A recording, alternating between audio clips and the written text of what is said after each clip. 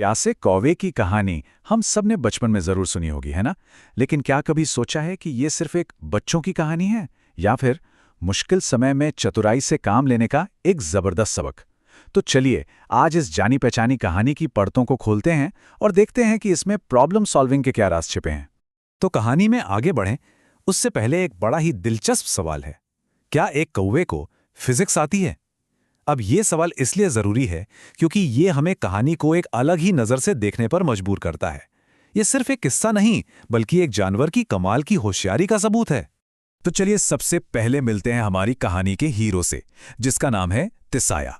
तिसाया एक कौवा जो बहुत चतुर तो है, लेकिन इस वक्त एक बहुत बड़ी बल्कि जानलेवा मुश्किल में फंसा हुआ है। उसकी मुश्किल है प्यास। तो ये है तिसाया, रहता है एक बड़े से पेड़ पर। स्वभाव कैसा है इसका? देखिए, है तो ये बहुत स्मार्ट, बहुत चतुर, पर हाँ थोड़ा सा आलसी भी है। और आगे चलकर यही चतुराई, यही स्मार्टनेस इसकी सबसे बड़ी ताकत बनेगी।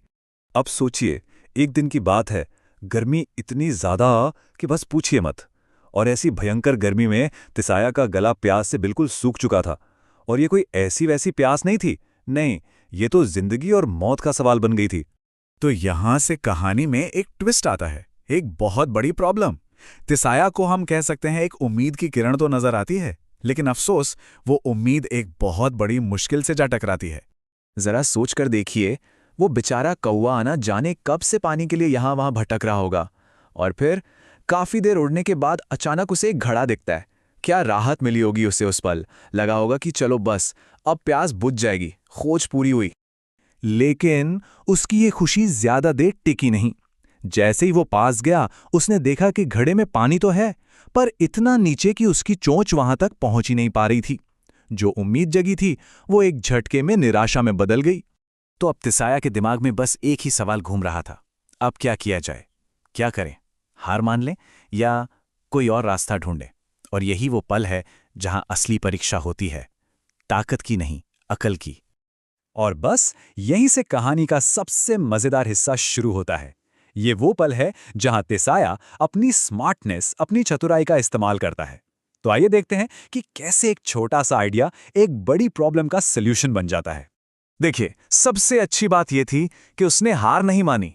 वो वहीं रुका, थोड़ा सोचा, और फिर अचानक उसके दिमाग में एक आइडिया आया। बत्ती जल गई जिसे कहते हैं। ये वही आहा मोमेंट था। और यही वो पल है जो हमें बताता है कि असली हल जोर से नहीं, सोच से निकलता है।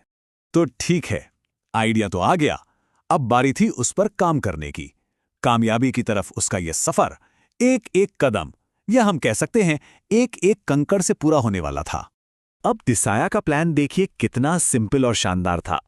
उसने आसपास पड़े छोटे छोटे कंकड़ उठाने शुरू किए और एक एक करके उन्हें घड़े में डालना शुरू कर दिया। अब यहां पर एक बहुत ही बेसिक साइंस का प्रिंसिपल काम कर रहा था, है ना? हर कंकड़ जब नीचे जाता तो अपनी जगह बनाने के लिए पानी को थोड़ा सा ऊपर धकेलता, और बस जैसे जैसे घड़े में कंकड़ बढ़ते गए, पानी का लेवल भी ऊपर और ऊपर उठता गया। और फिर आखिरकार उसकी मेहनत और उसकी होशियारी दोनों काम आ गईं। लगातार कंकड़ डालने से पानी इतना ऊपर आ गया कि अब तिसाया आराम से उसे पी सकता था। प्रॉब्लम सॉल्व्ड, समस्या का हल निकल चुका था। तो इतनी सिंपल सी दिखने वाली कहानी से हमें सीखने को क्या मिलता है? क्या है इसका असली मतलब? चलिए अब इस कहानी के सार पर आते हैं, इसकी सीख को समझते हैं। देखते हैं कि सादगी के पीछे कितनी गहरी बुद्धिमानी छिपी है। सोचिए, पानी पीने के बाद तिसाया ने क्या सोचा होगा? उसने जो महसूस किया वही इस कहानी का सार है। यही कि अगर दिमाग से काम लिया जाए तो हर मुश्किल आसान हो सकती है। ये कोई किताबी बात नहीं थी, ये तो उसका अपना तजुर्बा था, उसका अपना अनुभव बोल रहा था। तो कुल मिलाकर इस कहानी का मॉरल क्या है? इसकी सीख क्या है? बहुत सीधी सी बात है, समझदारी और धैर्य, यानी इंटेलिजेंस और पेशेंस। ये दो ऐसी कमाल की चीजें हैं ना, जिनसे किसी भी प्रॉब्लम का सलूशन निकल सकता है। तिसाया ने घबराकर जल्दबाजी नहीं की, उसने पहले समझदारी दिखाई और फिर धैर्य के साथ अपने काम को पूरा किया।